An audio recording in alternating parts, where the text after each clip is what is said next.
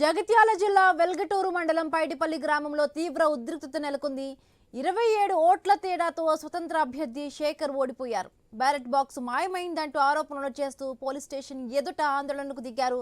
Police వాహనాలపై రాళ్లు రువ్వడంతో పరిస్థితి అదుపు తప్పింది. దీంతో పోలీసులు గాల్లోకి 3 రౌండ్ల రబ్బర్ బుల్లెట్లతో కాల్పులు జరిపారు. గ్రామంలో భారీగా పోలీసు బలగాలు మోహరించారు. పరిస్థితిని నియంత్రణలోకి తీసుకువచ్చేందుకు పోలీసులు ప్రయత్నిస్తున్నారు.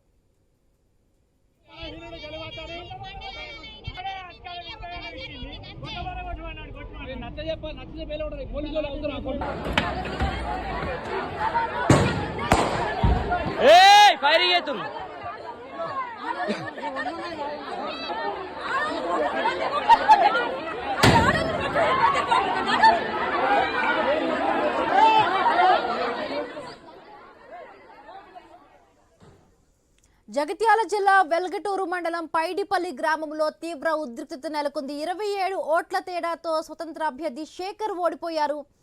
సో ఈ నేపథ్యంలోనే బ్యాలెట్ బాక్స్ మాయమైపోయిందంటూ కూడా పిఎస్ ఎదుట ఆందోళన చేస్తున్న పరిస్థితి. పోలీసులు గాల్లోకి రబ్బరు బుల్లెట్ల వర్షం కురిపించారు. రైట్, మరి పూర్తి అప్డేట్స్ మా కరెస్పాండెంట్ ప్రశాంత్ ఫోన్ లో సిద్ధంగా ఉన్నారు. ప్రశాంత్,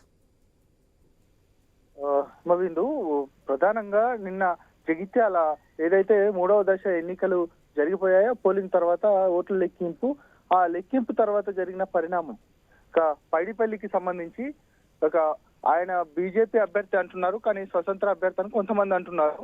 జక్కుల శేఖర్, అదేవిధంగా బీఆర్ఎస్ అభ్యర్థికి సంబంధించి గంగుల నగేష్ మధ్యలో పెద్ద ఒక ఫైటే జరిగిందని చెప్పొచ్చు. ఎందుకంటే దాదాపు 27 ఓట్లతో వీరిద్దరి మధ్యలో ఏదైతే జక్కుల శేఖర్ ఓటమి పాలయ్యారు. దానికి సంబంధించి ఆయన కొన్ని ఆరోపణలు చేశారు. ఖచ్చితంగా ఏదైతే ఇంకొక బ్యాలెట్ బాక్స్ మిగిలి ఉండగానే ఈ ఓట్ల లెక్కింపు ఆపేశారు, తర్వాత నా సంతకాలు తీసుకున్నారు, ఖచ్చితంగా దీని వల్ల వెనకాల ఏదో మతలబ్ జరిగిందనేది కూడా ప్రధానమైన ఆరోపణ చేశారు.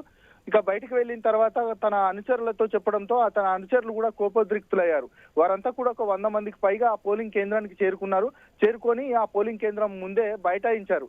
అసలు పోలింగ్ సంబంధించి ఇంకొక బ్యాలెట్ బాక్స్ ఉండగానే మమ్మల్ని ఓటమి అనేది మీరు ఎట్లా డిక్లేర్ చేస్తారనేది కూడా వారు ప్రధానంగా పెద్ద ఎత్తున ఆందోళనకు దిగిన నేపథ్యంలో పోలీసులు అక్కడికి చేరుకొని కొంత వారించే ప్రయత్నం చేశారు. పోలీసులు కూడా బుజ్జగించే ప్రయత్నం చేసినప్పటికీ కూడా ఆ 100 మంది ఆ గ్రామస్తులకు సంబంధించి కూడా వారెవరు కూడా అక్కడ నుండి కదలలేని పరిస్థితి ఉంది.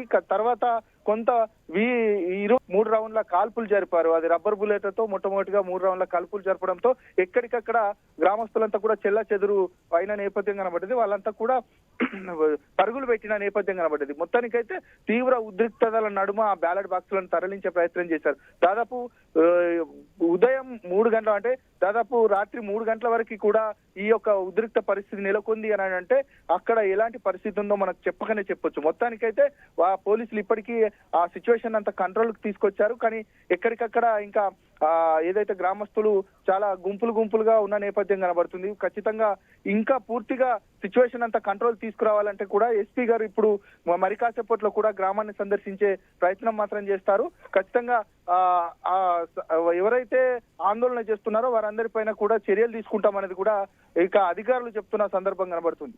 Right, thank you Prashant, thanks for